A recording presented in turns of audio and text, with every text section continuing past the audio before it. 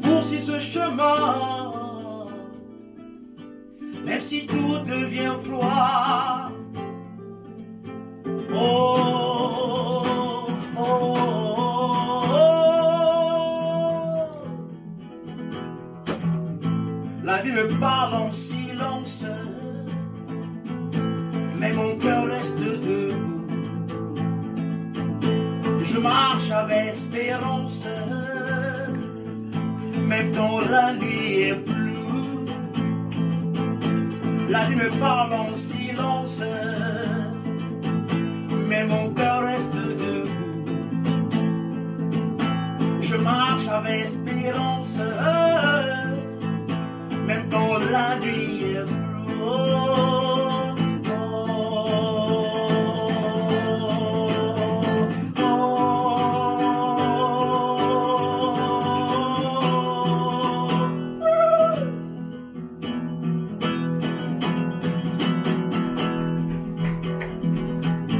Au-delà de mes rêves.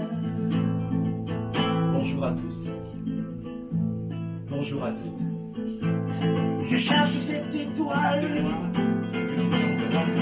Je poursuis ce chemin, même si tout devient froid. Oh, oh, oh,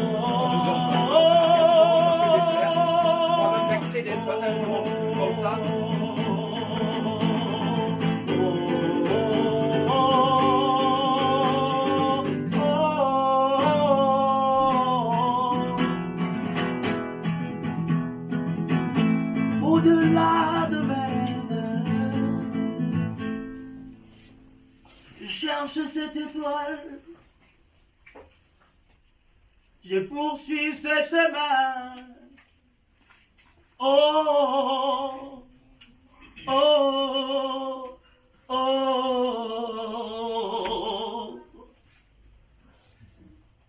Excusez-moi de vous interrompre dans votre causerie ou votre rêverie.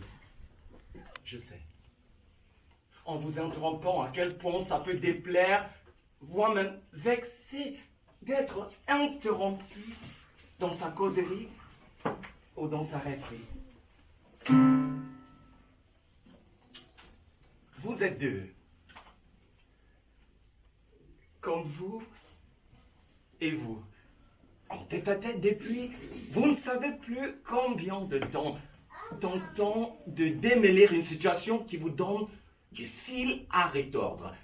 Et vous parvenez au moment décisif où la réponse de l'un à la question de l'autre remettra les pendules à l'heure ou fera tout voler en éclats. Voilà quand Kidam, comme moi, surgit, vous ne savez d'où, et vous ramène par son bonjour à la case départ. Ah, l'agacement. Il faut se ressaisir, comme vous et vous, pour ne pas cracher sur le fâcheux diseur de bonjour. Ou alors, vous êtes seul, comme toi, seul avec toi-même, malgré la présence de tes parents. Et tu profites du calme de l'après-midi de repos pour prendre le frais et te remettre les idées en place. Tu te fais un film dans lequel la personne que tu aimes, sans qu'elle t'aime en retour, est avec toi, à l'avant d'un bateau pour une croisière d'amour. Vous voguez en chantant sur les eaux calmes d'un beau temps.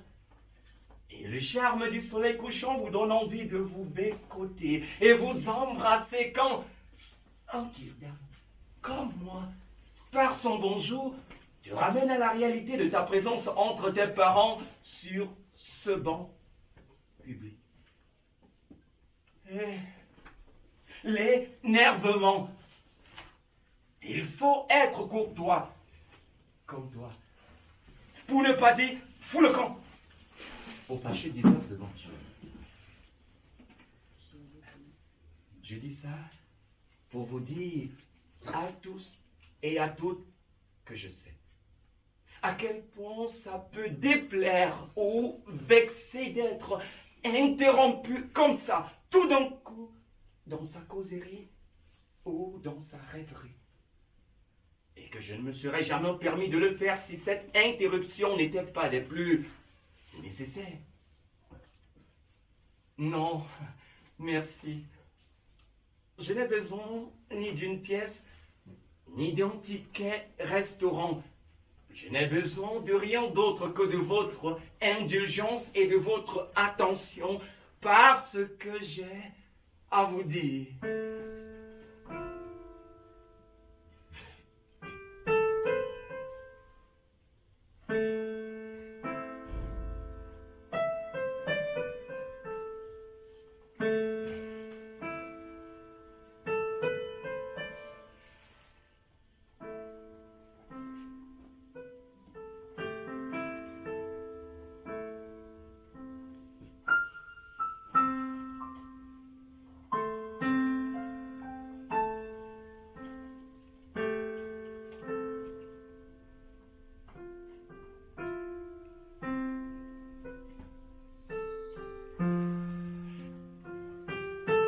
Je passais mon chemin, comme passent celles et ceux qui vont et viennent ça et là dans le parc.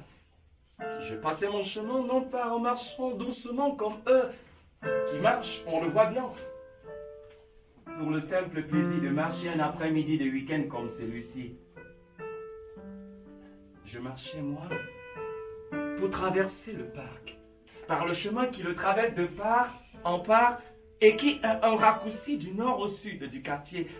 Je traversais le parc en marchant à grands pas, me rendre chez un ami du pays. Et je me disais, mais lui parlons, pourvu que tu sois là, René. Chez toi, René. Parce qu'en vain, je t'appelle, René. Depuis hier soir, René. Et je me demande, René, ce qui est arrivé à ton téléphone ou à toi-même, René.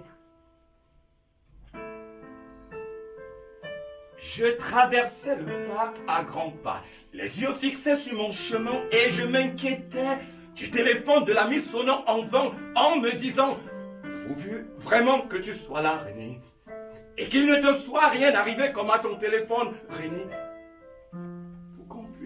Se parler, René. Parce que les nouvelles qui me sont parvenues du pays ne sont pas du tout bonnes.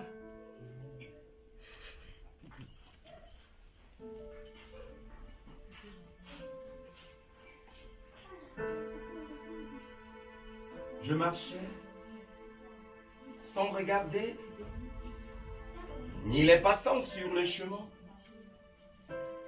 ni les assis sur les bancs, ni les couchers dans l'herbe. Et je me demandais, parlant à mon ami, avec qui puis-je parler du pays si ce n'est avec toi, René? Avec qui puis-je me soucier des problèmes du pays si ce n'est avec toi, René? Qui comprendra ma peine si ce n'est toi, René?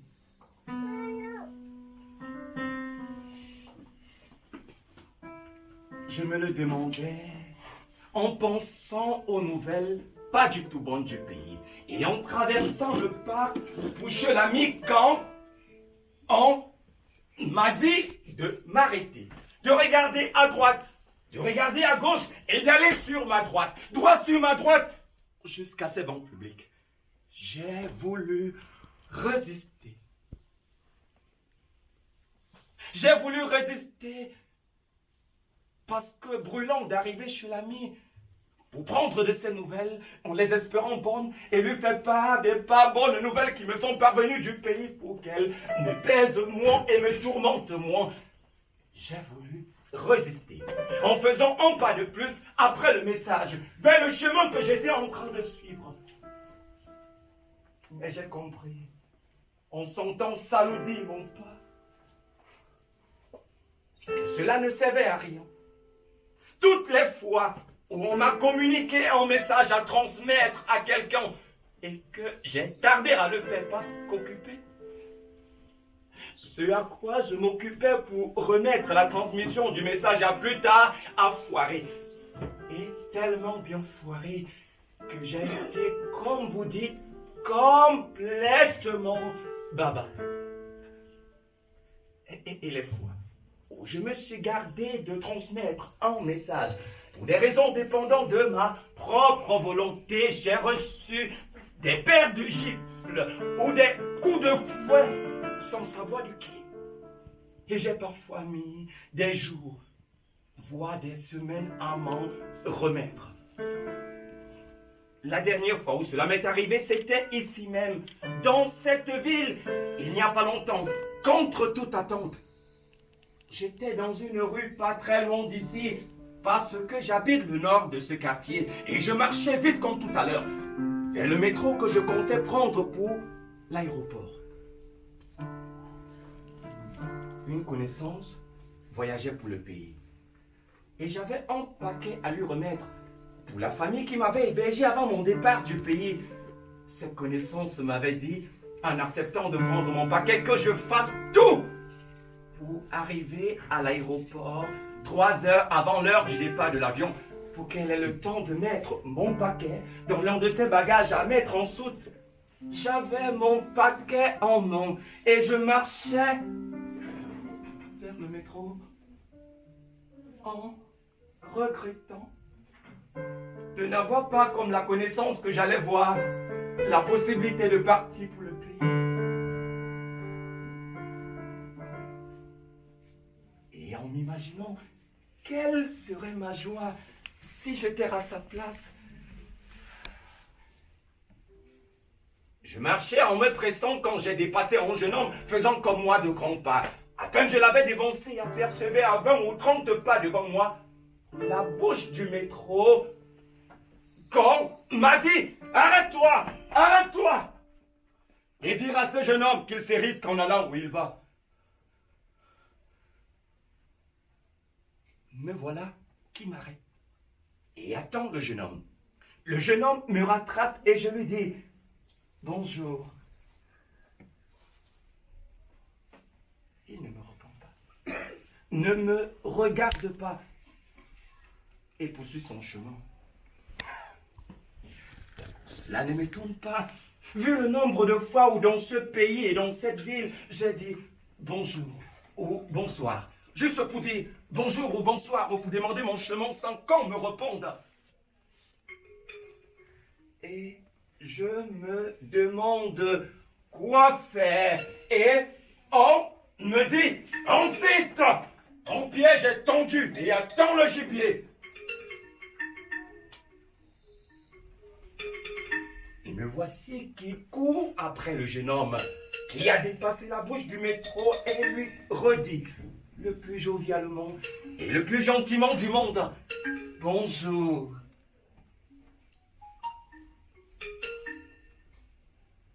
Mais le voilà qui poursuit son chemin sans un mot ni un geste,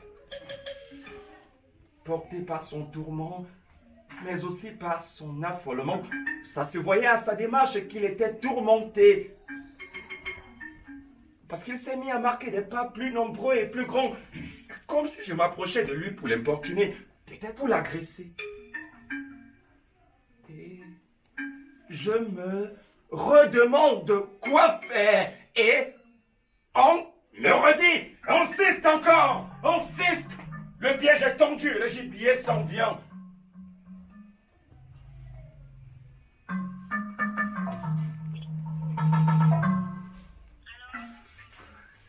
Comment transmettre un message à quelqu'un qui vous ignore royalement? Comment continuer à suivre dans la rue une personne qui hâte le pas à votre approche sans passer pour un harceleur? Je pense à la police, qui n'y verrait que dans mon histoire de messages urgents à transmettre au cas où le jeune homme crie au harcèlement ou à l'agression. Et je décide de repousser chemin. À peine j'ai fait un pas en arrière vers la bouche du métro. Je dis un pas, pas deux. Quand un étourdissement s'est emparé de moi, comme si on m'avait giflé, joue gauche, joue droite, joue gauche, joue droite, et ainsi de suite, au point que je ne voyais plus partout que des étoiles et ne pouvais rien faire d'autre que m'affaisser et m'agripper. Autour de moi, tout circulaire et s'agitait. Les immeubles, les étoiles, les arbres, les étoiles, les passants, les étoiles, les poteaux, les étoiles. Et le vertige était tel que c'est à quatre pattes que j'ai quitté l'endroit où je m'étais agrippé pour ramper et m'asseoir à un coin du trottoir. Je saurais que j'y suis resté longtemps quand je recevrai l'appel de la connaissance me disant qu'elle m'a enfin attendu à l'enregistrement des bagages et vient de prendre place sur le point de s'envoler pour le pays. Mais le paquet, je l'avais dans les mains et maudissais mon étourdissement sans savoir à qui en vouloir.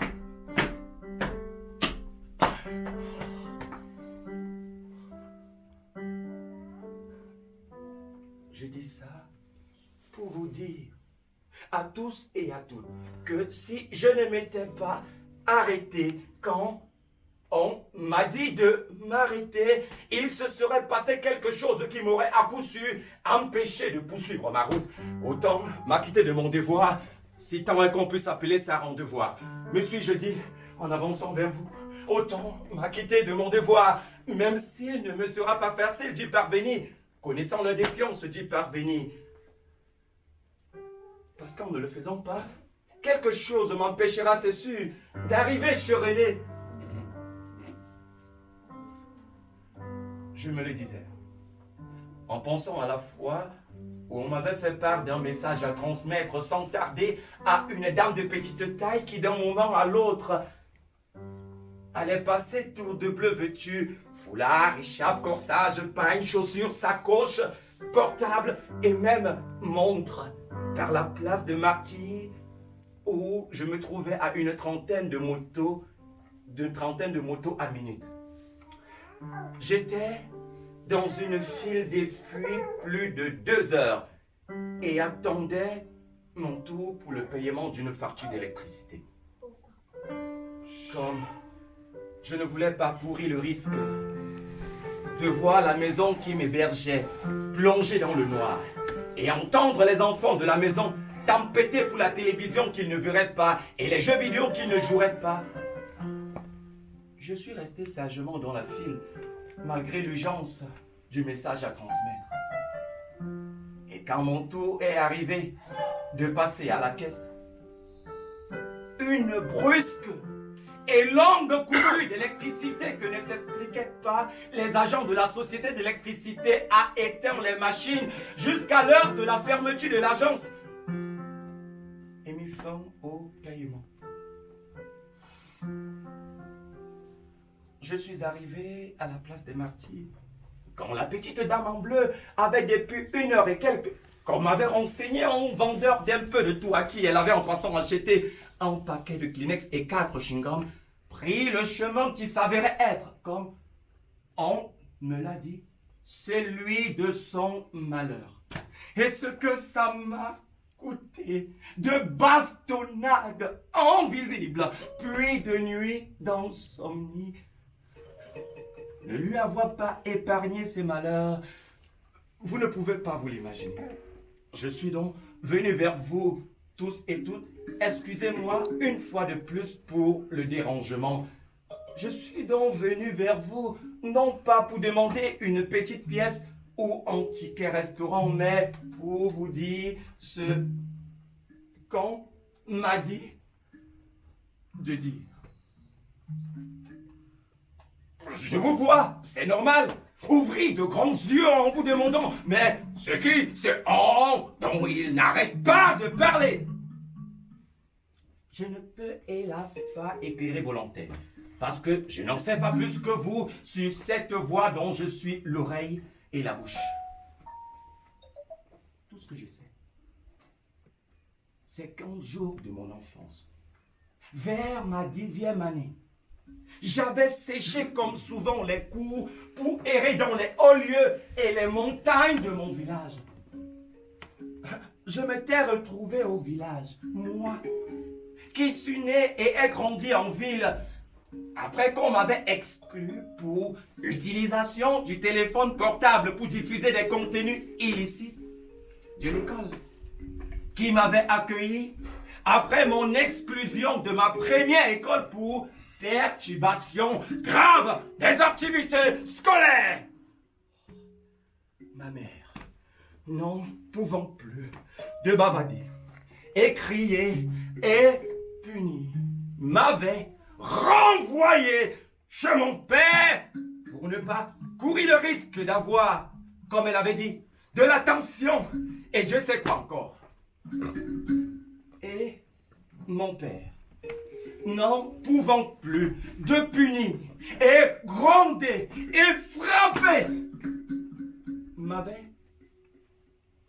envoyé au village chez sa mère pour ne pas courir le risque d'avoir, comme il avait dit, du sang, qui plus est le mien, sur les mains.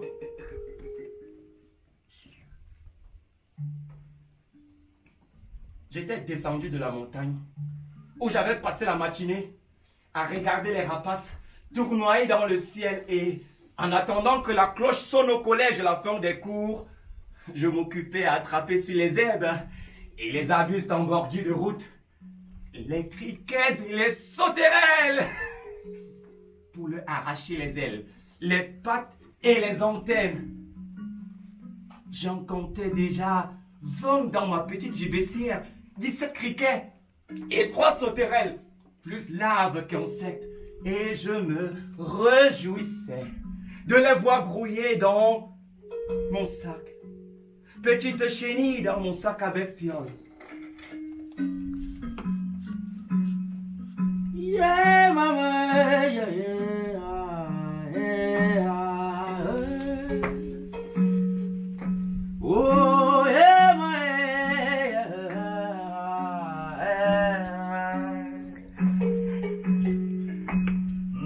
Oh, yeah, mama, yeah.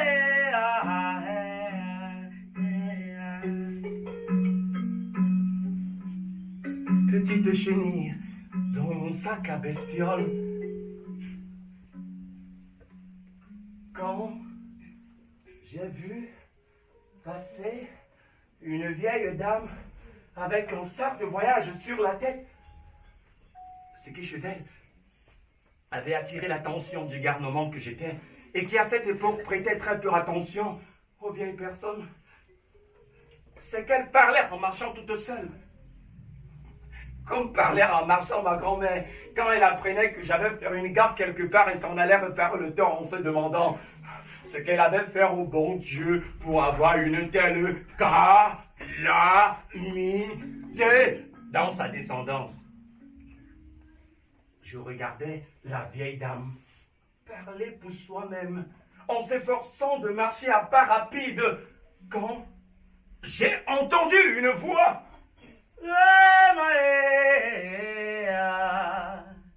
Une voix. Oh, Oui, une voix qui me semblait très lointaine et très proche.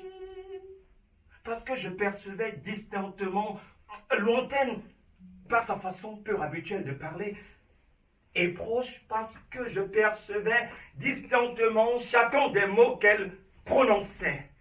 Je regardais parler la vieille dame en parlant, en passant quand j'ai entendu une voix me dire « Il y a à dire à cette vieille dame, et c'est toi qui le diras. » Moi? Comment moi? Oui, toi, parce qu'il doit en être ainsi. J'avais dit moi. Comment moi? À voix très haute. Je le sentais et me demandais ce qu'on penserait de moi si on me voyait parler si fort à personne. Quand la voix s'est mise à dire « Ça n'apportera rien de poursuivre la route. L'orage qui s'annonçait vient de s'abattre. Ça n'apportera rien de poursuivre la route. Et je me suis mis. Moi qui en ce temps-là disais plus souvent non que oui, à suivre la vieille dame en m'écriant « Grand-mère! Grand-mère !» Oui, notre enfant. Je l'avais appelée grand-mère pour avoir appris en arrivant au village que chaque enfant est l'enfant de tous les parents et doit appeler papa tout en de l'âge de son père, maman toute femme de l'âge de sa mère, de même pour le grand-père, de même pour la grand-mère. Et la vieille dame avait répondu « Oui, notre enfant ». Comme elle aura répondu à son petit enfant, et comme ma grand-mère me répondait quand je l'appelais. Mais je n'ai jamais su, à dire vrai, pourquoi ma grand-mère m'appelait notre enfant plutôt que mon enfant. J'avais donc dit « Grand-mère, grand-mère !» Et la vieille dame, qui s'efforçait d'aller vite malgré son rhumatisme, m'a répondu en s'arrêtant « Oui, notre enfant. Grand-mère, on me dit de vous dire que ça n'apportera rien de poursuivre la route, que l'orage qui s'annonçait vient de s'abattre. » Elle s'est approchée de moi, la vieille dame, m'a longuement regardé, la vieille dame, a poussé un soupir et m'a dit, la vieille dame, j'ai compris notre enfant. J'étais en train de me demander si cette grand-mère en qui tout respirait la sagesse allait prendre pour argent comptant des mots venus de nulle part et transmis par un élève puant la délinquance et l'école buissonnière quand je l'ai vue poser par terre le sac qu'elle avait sur la tête, pousser un cri de détresse, mettre les mains sur la tête et rebrousser chemin sans se soucier du sac. Oh, notre enfant. Oh, notre enfant.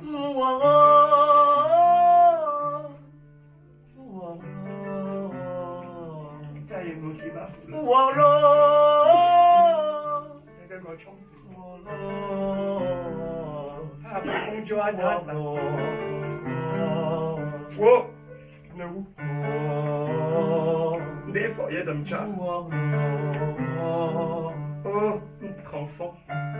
Oh, notre enfant. Pleurait-elle en s'en allant malheureuse. Et j'ai porté son sac. Moi qui, jusque-là, ne portais le panier ou la corbeille de ma grand-mère que contre les récompenses ou promesses de récompenses pour suivre ses plans.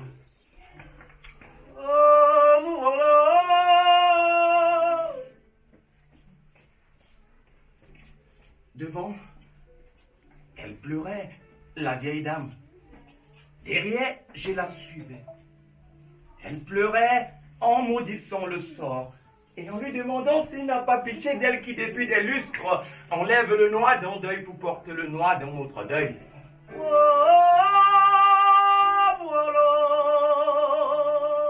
C'est alors que les femmes qui l'entendaient dans les champs hurler « Notre enfant! Oh, notre enfant !» abandonnaient qui le sillon qu'elle sarclait, qui les bions qu'elle labourait, qui les herbes qu'elle arrachait, qui les bananiers qu'elle élaguait, pour se mettre à sa suite et pleurer avec elle. J'étais derrière la file de femmes répondant « Oh, la mort !» à chaque « Oh, notre enfant !» de la vieille dame, et me demandait d'où venait et d'où parlait cette voix. Et si je l'avais mal entendu? Et si elle s'était trompée? J'étais en train de me poser ces questions sans réponse quand j'ai vu arriver au loin, au détour du chemin serpentant devant nous, une jeune fille qui courait en pleurant. Elle s'est arrêtée devant la vieille dame et lui a dit essoufflée comme je courais pour te rattraper avant que tu n'atteignes le grand carrefour et prennes une voiture pour la ville. Papa m'a appelé tout en pleurs tout à l'heure pour me dire que maman n'a pas survécu à l'opération. Oh, notre enfant. Oh, la mort. Comment tu as su alors que tu n'as pas de téléphone?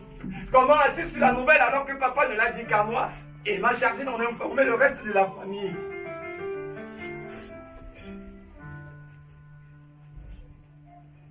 La vieille dame s'est tuée, à soutenir avec 2 autres femmes la jeune fille qui venait de s'écrouler à ses pieds, s'est tournée vers moi et a dit: je tiens la nouvelle de cet envoyé de Dieu.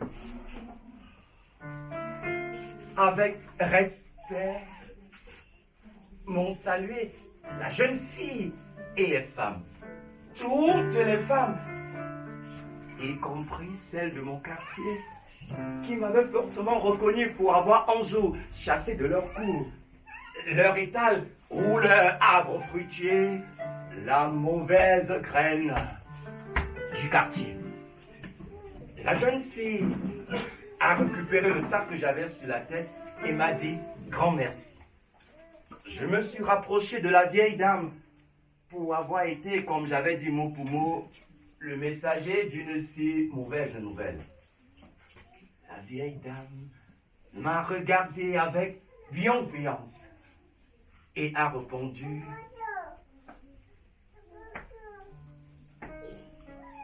sans ta comme et ne bois pas.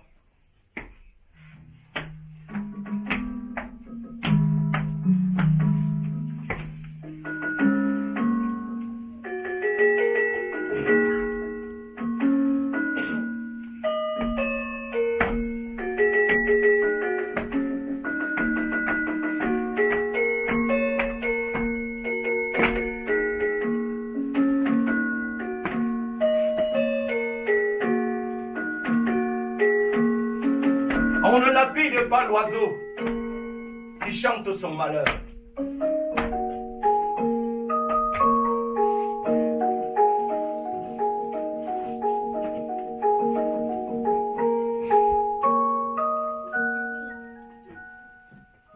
Et l'une des femmes m'a dit, comme pour clarifier son propos qui m'avait laissé perplexe: en n'as-tu pas le messager? Et la vieille dame a ajouté, en posant ses 2 mains sur mes épaules, qu'elle m'était reconnaissante de lui avoir épargné un long et inutile voyage pour la ville qu'elle ne voit pas d'un bon œil. Puis, elle a pris congé de moi en m'appelant l'élu. Et en souhaitant qu'Aïssa finance ce qu'on pourrait traduire par ma claire audience et ma clairvoyance. Car a-t-elle dit pour conclure, l'une ne vient pas sans l'autre. Et l'une et l'autre sont nécessaires pour éclairer le chemin des personnes sans personne. Je me demandais ce que sont la clairaudience et la clairvoyance quand la vieille dame a repris la route, suivie par les femmes et par la jeune fille, pendant qu'elles s'en allèrent au sondaire. Oh, notre enfant, de la vieille dame, oh, la mort des autres femmes et des gémissements de la jeune fille, j'ai rebroussé chemin. Je marchais en me rappelant les réponses de la vieille dame à sa petite fille et me demandais comment je pouvais être un envoyé de Dieu, moi, qui était autant la terreur de mon collège que de mon quartier. Moi, que ma mère traitait de menteur. Mon père de voleur. Mes enseignants de tricheurs. Mes camarades de querelleurs. Et ma grand-mère, qui était la seule au monde à me supporter d'insupportable. Comment pouvais-je être un envoyé de Dieu? Moi qui ignorais tout de Dieu et n'acceptais jamais d'aller à l'église. Moi que le mari de ma mère appelait non sans raison le fils du diable. Et la femme de mon père, non sans raison, le diable en personne. Moi qui avais tellement causé du tort à ma grand-mère qu'elle avait fini par se dire, elle, qui était la bienveillance et la patience en personne, quand j'étais sa pas de croix sur cette terre où chaque personne a, comme elle en était convaincue, une croix et pas des moindres à porter. Je suis arrivé à la concession en même temps que les autres enfants de la concession et grand-mère. Attiré en mimant de ses mains et de sa bouche un coup de fusil au-dessus de ma tête. Tim! Pour me féliciter d'être rentré des classes à l'heure du retour des classes comme tout élève digne de ce nom. Et j'ai, au lieu de balancer comme d'habitude mon cartable à la véranda et me précipiter comme d'habitude à la cuisine pour voir comme d'habitude si la nourriture est à ma convenance, j'ai déposé mon cartable sur la table où j'étais censé apprendre chaque soir. J'ai changé de tenue et j'ai proposé à ma grand-mère de lui parler de ce qu'on nous a appris en classe tout au long de la journée. Oui, notre enfant. Je me suis inventé une leçon de mathématiques avec ce dont je me souvenais du théorème de Pythagore. Une leçon de géographie avec ce dont je me souvenais de nos fleuves et de leurs affluents. Une leçon de civisme avec le souvenir d'une émission de télé sur l'éducation à la citoyenneté. Et une leçon d'SVT avec le souvenir d'un documentaire animalier vu sur YouTube, du temps où j'avais mon téléphone. Et j'ai, pour rendre la chose crédible, dit, faut être honnête, grand-mère. Elle a tellement écarquillé ses yeux et sa bouche en m'entendant dire, faut être honnête, grand-mère. Moi qui jamais n'avouais mes fautes et qui jamais ne demandais pardon, qu'il a fallu que le coupable repenti à qui je jouais l'entende dire, oui, notre enfant, pour avoir le courage de poursuivre, pour être honnête, grand-mère. J'ai quand même été puni aujourd'hui, comme toutes les fois où je suis réellement allé à l'école. Mais une seule fois, cette fois-ci, grand-mère. Parce que je me suis permis de dire au professeur d'SVT, qui voulait poursuivre la phrase et qu'il dictait après la sonnerie de la fin des cours, que l'heure, c'est l'heure. Elle s'est approchée de moi, ma grand-mère. Elle m'a regardé avec tendresse. Ma grand-mère. Elle a caressé ma caboche qui semblait plus que désolée. Puis elle m'a dit, ma grand-mère, qu'effectivement, j'ai eu tort de me comporter de la sorte. Mais elle m'a serré dans ses bras pour me féliciter d'avoir reconnu mon tort. Qui sait se repentir saura être sage, notre enfant. Je commence à comprendre, grand-mère. grand-mère m'a une fois de plus regardé. Moi qui avais horreur des conseils. Et elle a levé les bras vers le ciel en signe de prière.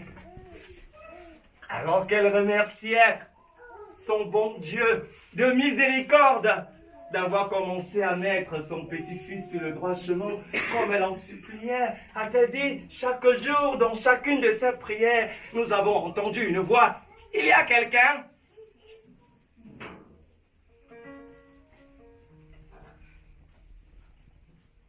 C'était la jeune fille de tout à l'heure qui m'apportait un régime de bananes mûres donné par sa grand-mère pour dire une fois de plus merci pour le message. Quel message? A demandé surprise ma grand-mère. Et le récit de la jeune fille sur ma rencontre avec sa grand-mère lui a fait comprendre que ma prétendue journée de classe et ma soi-disant punition n'étaient que pure affabulation. Que la dureté de son regard sur moi traitait de diable. C'est écrié ma grand-mère. Comme elle s'écriait à chaque fois que j'étais pris la main dans le sac du mensonge.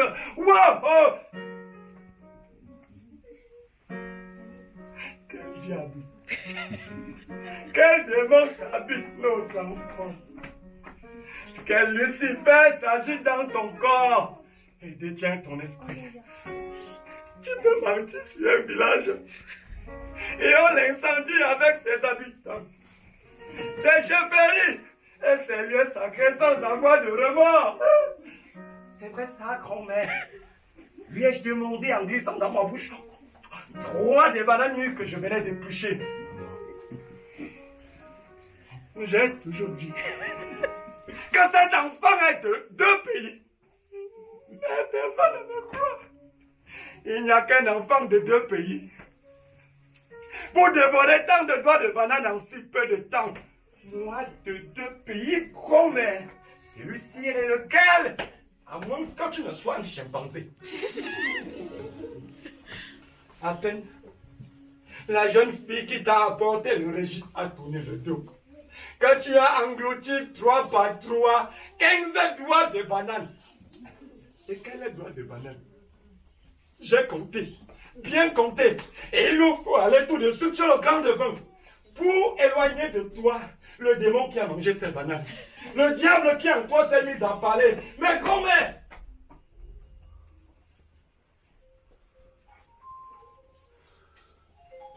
Elle avait son nez grave des jours de...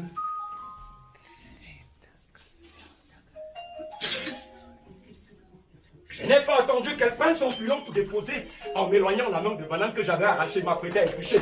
En repoussant le gang devant. Et nous voici fermer la porte de la maison de grand-mère.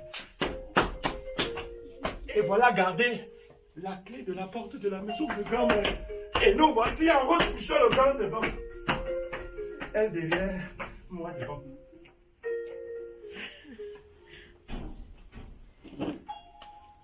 Sans doute, s'était-elle souvenue ma grand-mère en me passant devant un pic d'index sur la nuque des jours où la suivant pour aller reparer en tort ou implorer un pardon, je lui avais faussé compagnie et m'en étais allé en courant, l'obligeant à me poursuivre sur les pistes rocailleuses du village, sur les chemins poussiéreux et dans les champs broussailleux.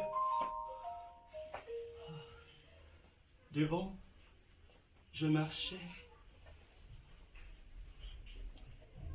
en redoutant le bâton que grand-mère avait ramassé en quittant la concession et agitait comme son pilon des jours de trop, c'est trop. Derrière, grand-mère me suivait en parlant à mais la terre, à Père le ciel, offrait les arbres et hausse les pierres alentour. Que le devant m'éclaire, ouvre ses yeux, qu'il m'éclaire. L'entendais-je dit sans oser me retourner. Une voix ne peut pas du jour au lendemain se mettre à parler à un enfant et à lui dire des choses de son âge s'il n'est pas possédé. Possédé par qui, grand-mère? Je m'étais retourné malgré ma peur, mais elle était tellement plongée dans son imploration. Ça ne peut qu'être une voix ténébreuse. L'ai-je entendu poursuivre? On ne peut pas être si malveillant envers ses camarades, méprisant envers ses enseignants, désobéissant envers ses parents, et être un envoyé de Dieu qui est bonté. Qu'est-ce que tu dis, grand-mère? Avance! Ça ne peut qu'être une voix maléfique. J'ai entendu poursuivre. On ne peut pas être si malveillant. On ne peut pas tricher comme un vendeur de remèdes. Voler comme un raton laveur. Mentir comme un détourneur de fonds. Et être un envoyé de Dieu qui est vérité.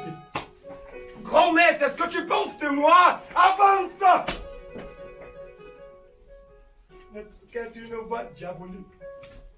L'ai-je entendu poursuivre? On ne peut pas traiter ses frères de demi-frères, ses sœurs de demi-sœurs, sa mère de mère marâtre, son père de père fouettard, sa grand-mère de vieille pie. Et être un envoyé de Dieu qui est amour. Grand-mère, c'est ce que... Avance, ballon. Non, non. J'avais bien dit à mon fils que je n'avais rien contre sa fiancée quand il m'avait dit avoir une fiancée de là où il achevait ses études, que je préférais qu'il épouse une fille d'ici. Il m'avait dit, mon fils, que l'amour n'a pas de frontières. Les fiançailles ont fini par se rompre, Dieu merci.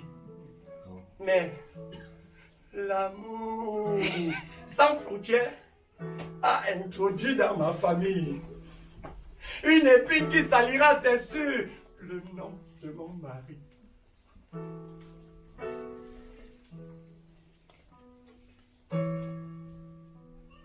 Nous venions d'arriver chez le devant que grand-mère disait grand. Et il y avait dans sa cour des dizaines de personnes attendant chacun son tour pour entrer dans la case de consultation et poser son problème. Grand-mère m'a placé, je dis placé, planté devant elle, à l'arrière de celles et ceux qui attendaient en connivence, en silence ou en souffrance avec les graves et les jours où j'avais séché l'école et qu'elle m'avait rattrapé errant dans un marché ou sur une place pour me ramener à l'école. Je te rappelle que je n'ai rien fait. C'est vrai, tu n'as rien fait. Mais peux-tu ne rien faire? Dieu seul sait à qui tu t'es attaqué cette fois-ci. Toi qui t'attaques à tout le monde. Ou à quoi tu as touché cette fois-ci? Toi qui touches à toutes choses pour que Satan fasse de toi son compère, son agent, son support et se mette à tes parler.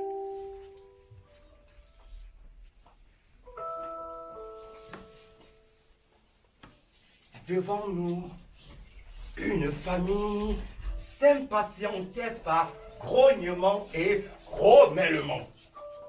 Bien que reconnaissant que le cas d'exorcisme auquel le devant s'affairait à l'antérieur était des plus délicats et des plus compliqués. On parlait d'une jeune fille qui, soudain, s'était mise à hurler comme une chienne enragée et à mordre tout ce qui, bougeant ou pas, se trouvait à sa portée. Les personnes, les animaux, les plantes et les choses. Elle avait, par 3 fois, disait-on, depuis que le devant tentait de la déposséder de l'esprit canon pour les uns, le pain pour les autres qui la hantaient, griffé et mordu le devant en appelant Sahalehe chose. On ne peut plus attendre, avait dit l'un des membres de cette famille. Mais qu'est-ce qu'on peut faire? Avait demandé en autre.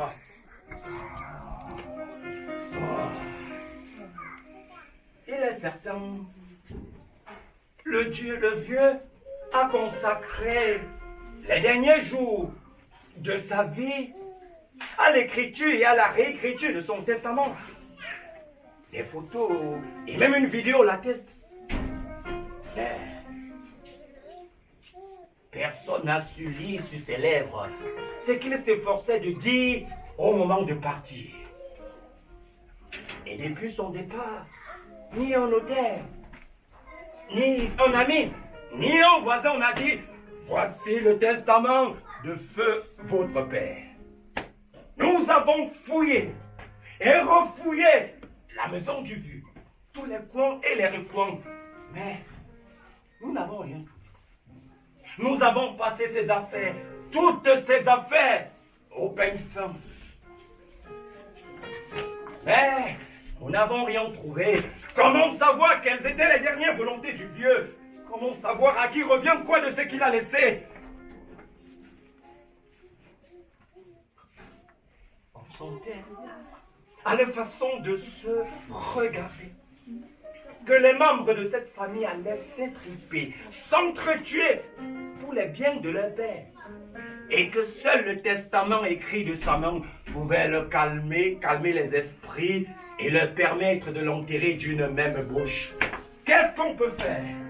Seul un devant peut trouver où se trouve le testament. Et nous sommes chez le plus grand. À peine j'ai entendu seul un devant que la voix qui la veille m'avait transmis un message pour la vieille dame en noir, m'a transmis un message pour celles et ceux grognants et grommelants devant moi. On me dit de vous dire que dans une grande cour, il y a un grand manguier. En bas du grand manguier, il y a un tas de pierres. Et dans le tas, et en bas du tas de pierres, il y a un sac plastique. Dans le sac plastique, il y a des paroles de papier de celui qui planta le manguier. C'est vrai ça. J'ai dit tout ce qu'on m'a dit de dire. Et les voilà. Les grognons et les grommeleurs qui s'en vont. Tous et toutes en courant. Et voilà ma grand-mère qui me regarde d'une ligne de... Que c'est quoi ça? Et voilà celles et ceux du voisinage qui me fixent d'un œil tellement interrogateur que les pointes d'interrogation semblent sortir de leurs yeux pour clignoter au-dessus de la tête.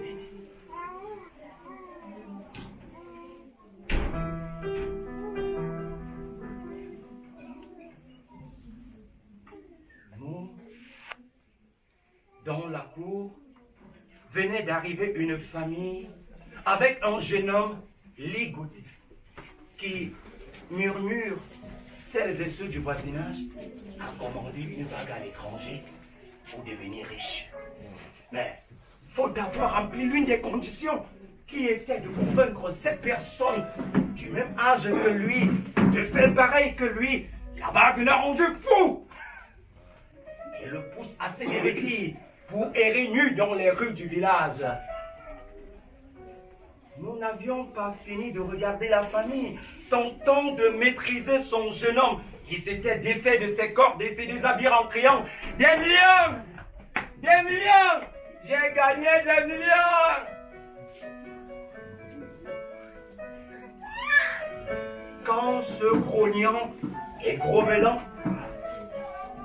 revenait se prosterner devant moi comme on se prosterne, m'a-t-on dit, devant le grand devant. Nous avons trouvé le testament que nous cherchions en vain. Que le bon Dieu qui t'a guidé n'arrête jamais de te guider. Qu'il ouvre davantage tes yeux et davantage tes oreilles pour que tu sois toujours ouvert à sa parole. Ma grand-mère n'en revenait pas. Moi non plus. Et son regard sur moi se mit à s'attendrir. Ceux qui ne grognaient plus, ni ne grommelaient plus, avaient à peine quitté la cour qu'une vieille dame s'est levée en s'appuyant sur sa canne et a avancé très péniblement jusqu'à moi pour me demander « N'as-tu rien à me dire ?» Essuyeur de larmes.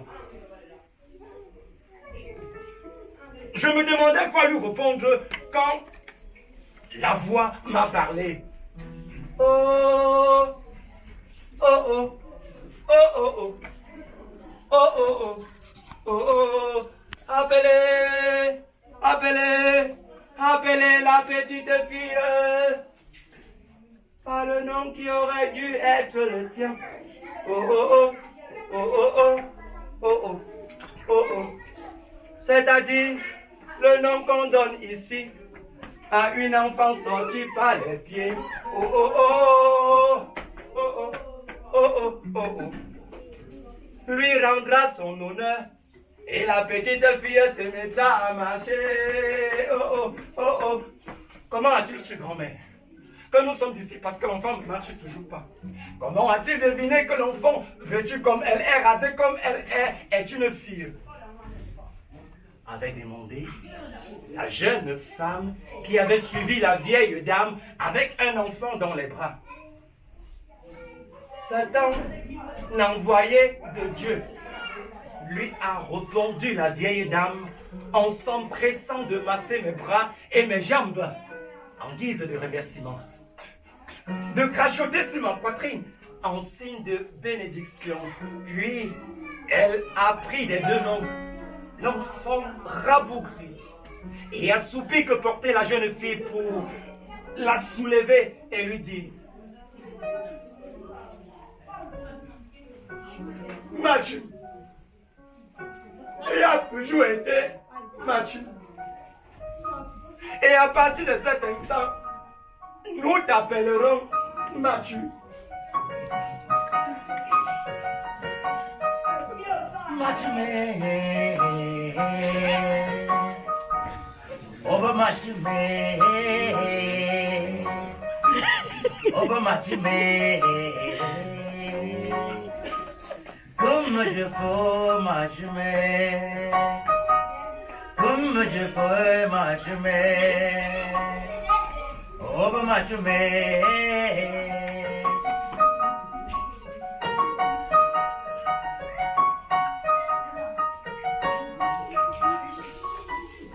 La jeune femme et la vieille dame à l'enfant s'apprêtèrent à partir quand ont afflué vers moi beaucoup de celles et ceux qui dans la cour attendaient que le devant sorte de sa case de soie avec la jeune fille qui à l'intérieur hurlait comme un chien à la lune en regardant le jeune homme à nouveau habillé et ligoté crier: « Des millions!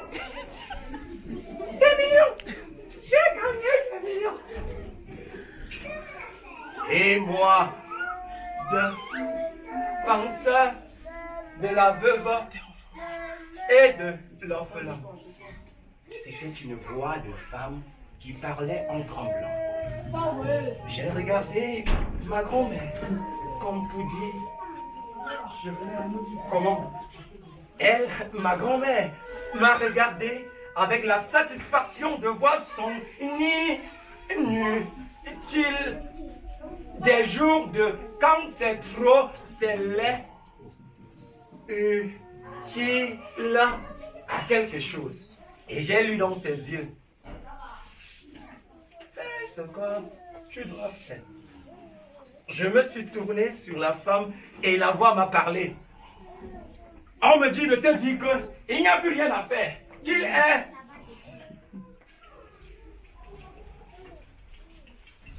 Je n'avais pas fini de transmettre le message que la femme a éclaté en sanglots et a entonné en s'enroulant par terre un chant de deuil. Ma sœur, pleurer en deuil avant qu'il ne survienne porte malheur, a dit en la relevant du sol et en le poussant en mur. Où est votre malade? Dans un hôpital de la capitale. Vivement son rétablissement. Son état de santé va malheureusement de mal en pis. Tellement de mal en pis que je venais voir le devin pour savoir s'il faut le soustraire de l'hôpital ou pour l'amener chez un guérisseur. Mais ce voyant vient de... Son téléphone a sonné. Elle a activé le haut-parleur après avoir décroché et nous avons entendu des pleurs et des gémissements. Oh, la mort. Oh, la mort. Oh, la vie ici, c'est même quoi? La femme a réentonné son chant de deuil de tout à l'heure et à la suite de ses pleurs, la foule a répondu cette fois-ci en chœur.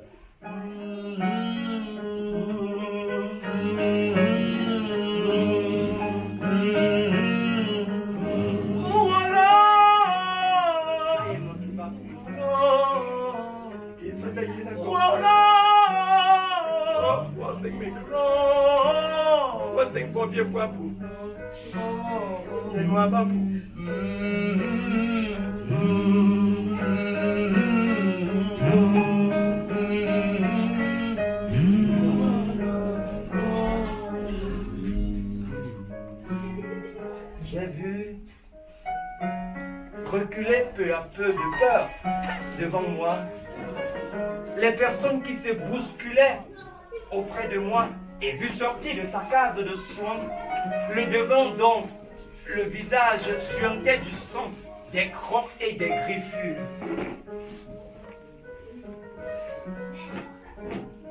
Quand il m'a vu parmi celles et ceux qui l'attendaient, lui qui ne m'avait jamais vu et n'avait rien entendu de ce qui s'était passé dans la cour, et il m'a salué, non pas comme un vieil homme salue un garçon de l'âge de son arrière-petit-fils, mais comme on salue un confrère, et m'a dit « Merci frère pour le coup de main ». J'ai compris. En répondant « Il n'y a pas de quoi, grand-père », que ma grand-mère avait trouvé réponse aux questions qui nous avaient conduits chez lui et que nous ne tarderions pas à demander la route.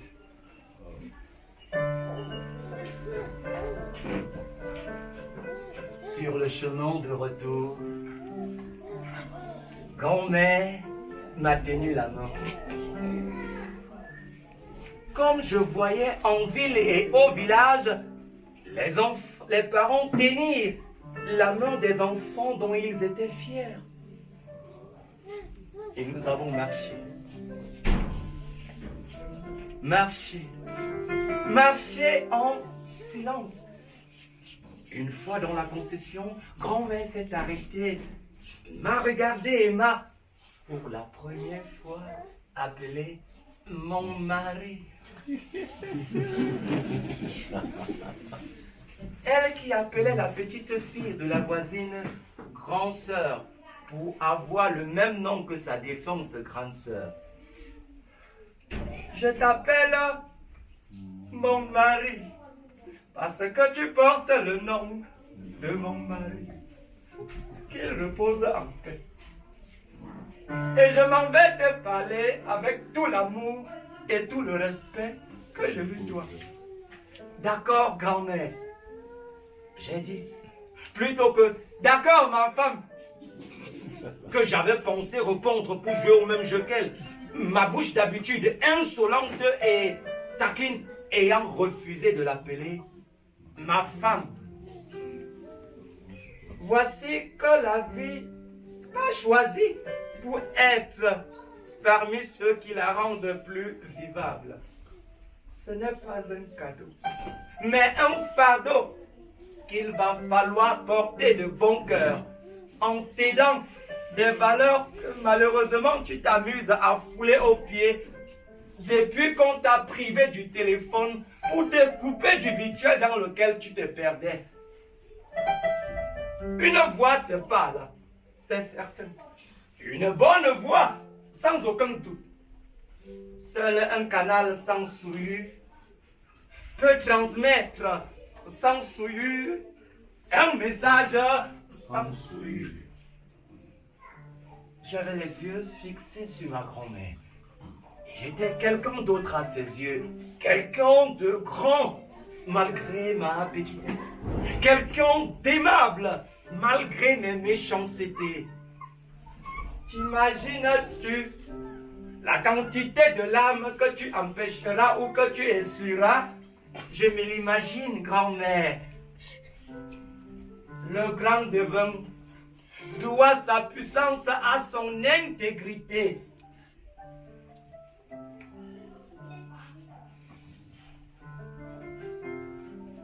Je me voyais si grand et si aimable dans les yeux de ma grand-mère. Et je me fis le vœu de devenir dans sa cour où tous les deux nous étions debout près de l'arbre sacré, quelqu'un de grand et d'aimable. Quand un tsunami, je dis tsunami, faute d'avoir un mot plus étrange et plus fort, est venu tout foutre en l'air. Tout, absolument tout.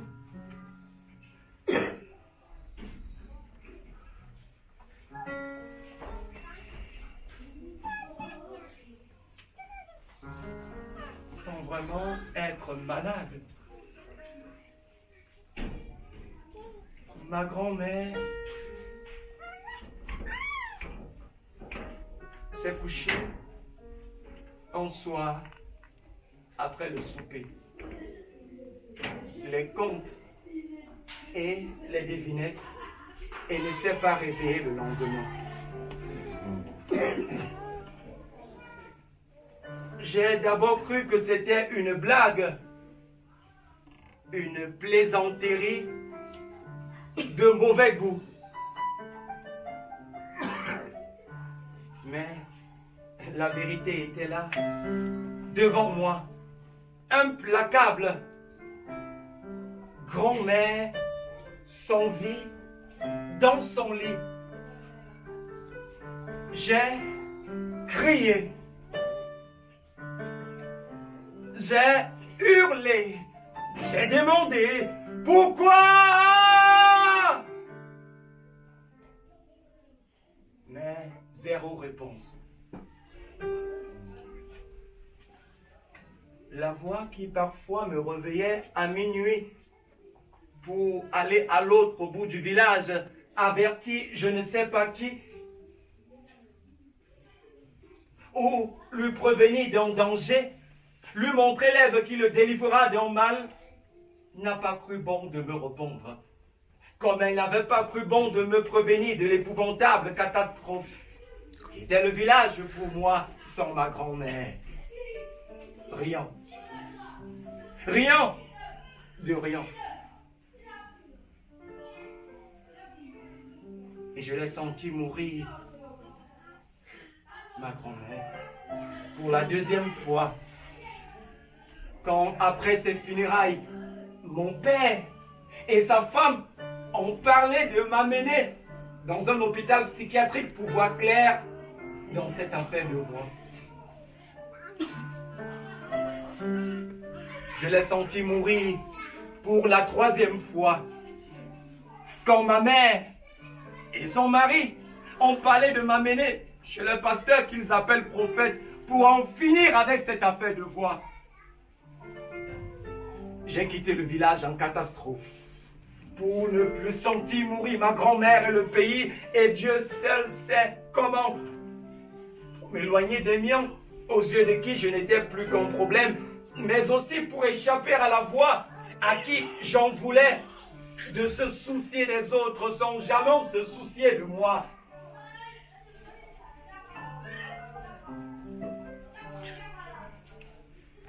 je me réjouissais d'une vie sans obligation, d'être sans cesse dans le bon, dans le beau, dans le vrai et dans le juste. Même si m'appeurait les pas bonnes nouvelles du pays et l'inquiétant silence de l'ami quand, traversant le parc,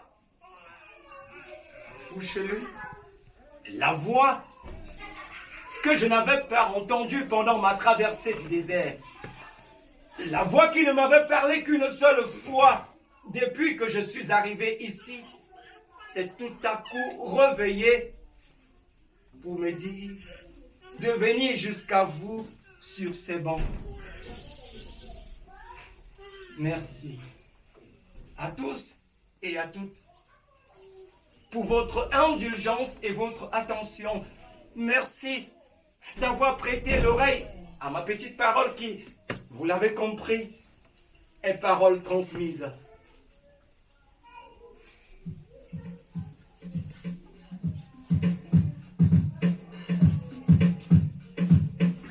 Elle me dit la voix. Elle me dit la voix. Elle me dit la voix de vous dire. Elle me dit la voix.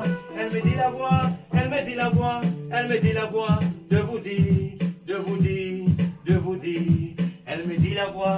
Elle me dit la voix. Elle me dit la voix. Elle me dit la voix. Elle me dit la voix de vous dire. De vous dire. De vous dire. À vous qui tout à l'heure vous demandiez à quoi bon faire un pas de plus sur le chemin que vous suivez, quand aucun des pas faits ne vous fait entrevoir où vous rêvez d'aller, que l'arrêt du pas sur le point d'être fait, sur le chemin à suivre, arrêtera la marche qui vous mène à coup sûr où vous rêvez d'aller. Elle me dit la voix. Elle me dit la voix, elle me dit la voix, elle me dit la voix, elle me dit la voix, elle me dit la voix de vous dire, de vous dire. Elle me dit la voix, elle me dit la voix, elle me dit la voix, elle me dit la voix, elle me dit la voix, elle me dit la voix de vous dire, de vous dire. À vous qui avez tourné une page, et n'arrêtez pas de vous demander si vous avez bien fait de la tourner. Que retourner cette page ne tournera pas la page de ce qui vous a fait tourner la page. Elle me dit la voix, elle me dit la voix, elle me dit la voix, elle me dit la voix, elle me dit la voix, elle me dit la voix de te dire, de te dire.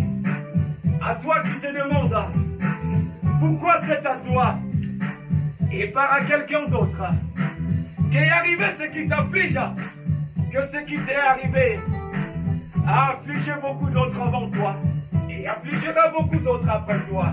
Il faut bien que les choses arrivent, en bien comme en mal, pour que la vie soit cette succession de jours et de nuits. Et elle rappelle la voix. Elle rappelle la voix. Qu'aucune nuit ne tombe sans faire le nid d'un nouveau jour.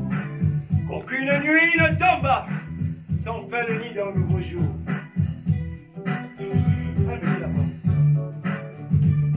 Elle me dit la voix.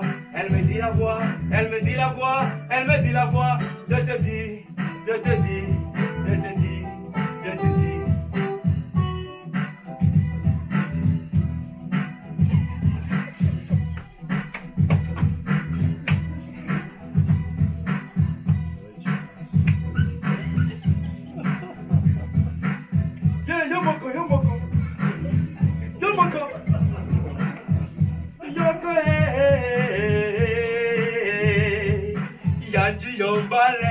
Yandi yombale, mama liame, what's on papa, what's on papa, what's on papa, what's on papa, what's on papa,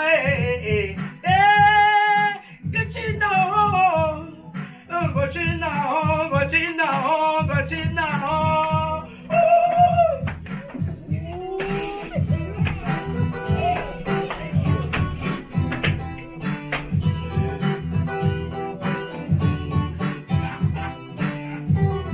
J'ai dit tout ce que j'avais à dire. et m'entendre ce qu'il y a chez l'ami. Il a dit au balai.